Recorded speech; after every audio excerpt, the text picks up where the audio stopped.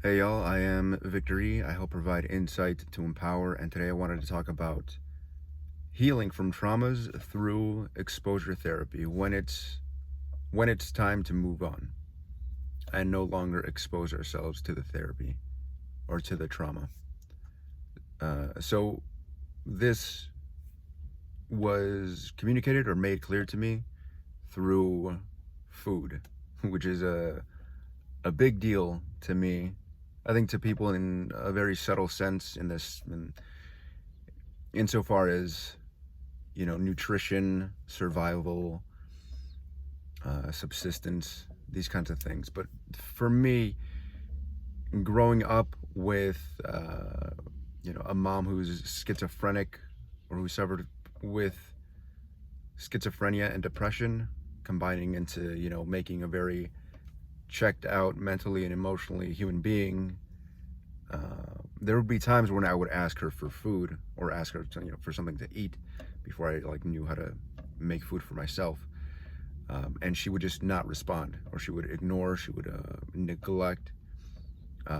And so there would be a feeling of insecurity, of unworthiness, of shame or guilt that slowly started to accumulate. Now, as we've healed that relationship, there's there's always a question around these types of relationships where we've suffered at the hands of someone else. Does forgiving them mean we have to allow them back into our lives? And the short answer is no. We don't have to, but it is reflective of our own healing, of our own journey. It's reflective how we establish and reinforce that boundary, how we communicate with that person. And if we're still coming from a very absent-mindedly, unconsciously defensive and almost aggressive state of being or frame of mind, that lets us know that there's more healing to do, whether or not this person is still even alive. If they are alive, it's tremendously difficult work, and it's nothing to underplay or underestimate in doing that work. My mom has been and is still kind of struggling with narcissism and narcissistic tendencies. And if you know a narcissist, you know that they are not quick to apologize. Getting a narcissist to apologize is, I like to say, it's nothing short of a miracle. Because there's always a justification, especially for my mom, who's very religious. If you come at her with, hey, this thing, even if you're very calm and grounded mentally and emotionally state, you can say, hey, look, there's this thing that you did. I didn't like it. This is a need that went unmet, and I just wanted to communicate that to you. They would reply with something like, especially the more religious ones, well, it's all part of a plan.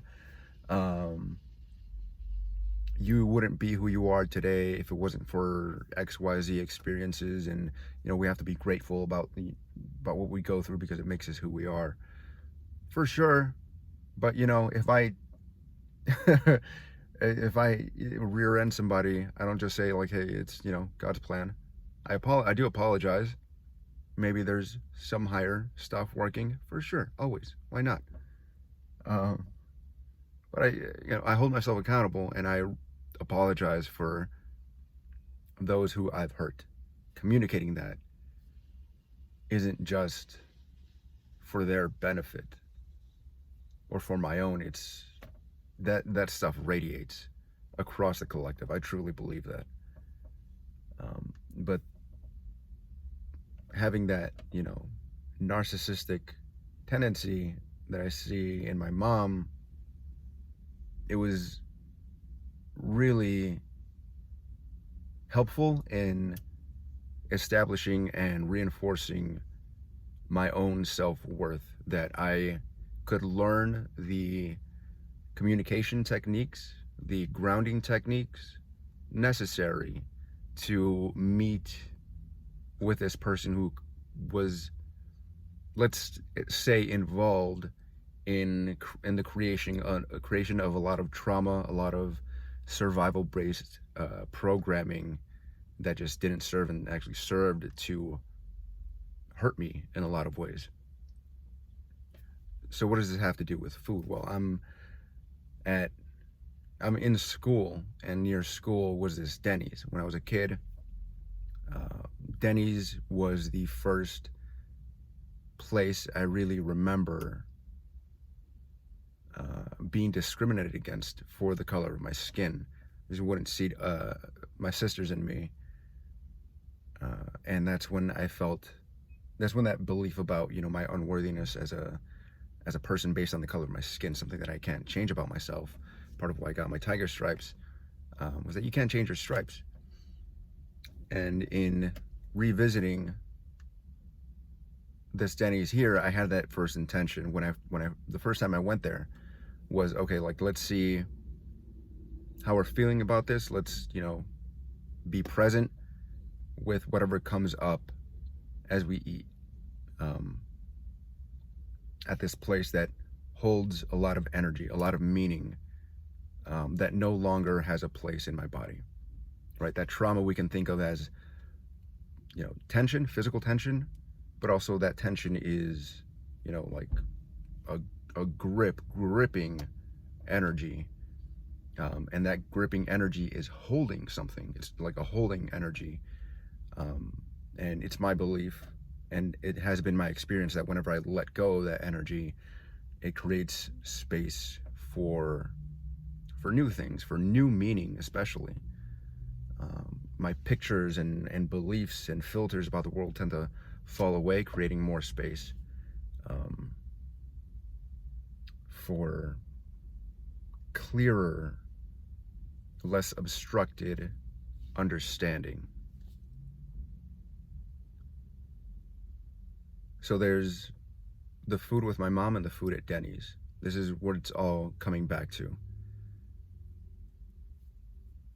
When I would allow myself or allow my mom to make food for me, or allow myself to eat the food, there were times when I would look at the eggs and I would just be completely disgusted, repulsed. I would want to throw up because of the way the eggs looked, the discoloration.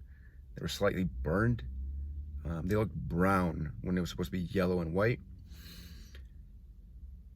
And what I got from my guides was, that's her trauma showing up in the food. What I felt, or what I saw in like the moment, was, oh, gross feet. Like my mom's feet. I'm about to eat from my mom's feet. Weeks or months prior to that, I was looking up, like, you know, the spiritual meaning of different parts of the body, what different, like, depending on where the pain is, honestly, is where I usually, like, start to do research. But I just got curious this one day and looked up, like, what do feet represent?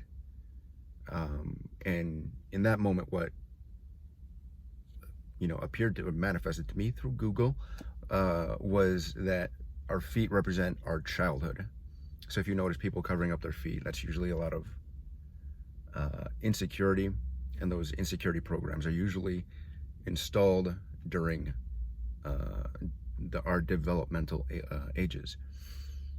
And my mom has a lot of really deep childhood traumas.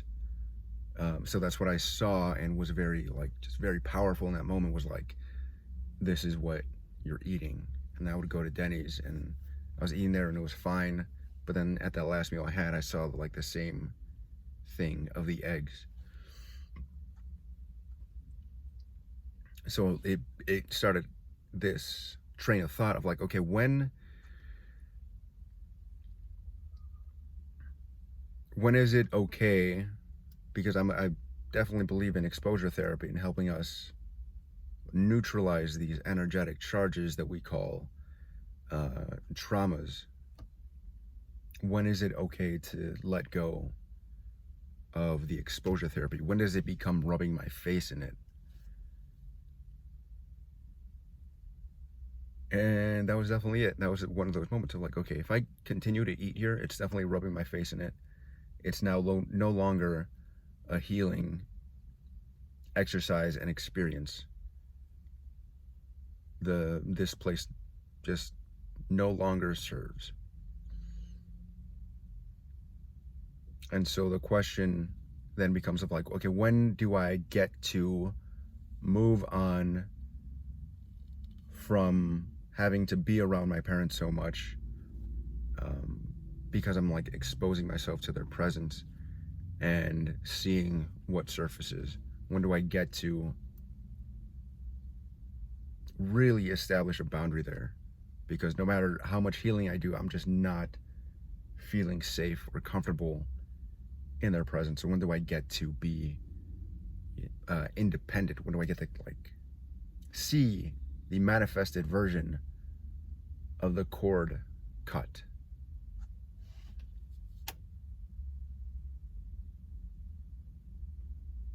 What's coming to mind is definitely very soon. So if you're struggling with one or both of your parents, you're not alone. You're not alone.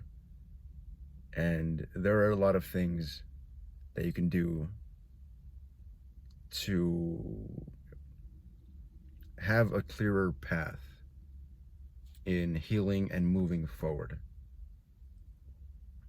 And those are the things that I intend to share with this channel.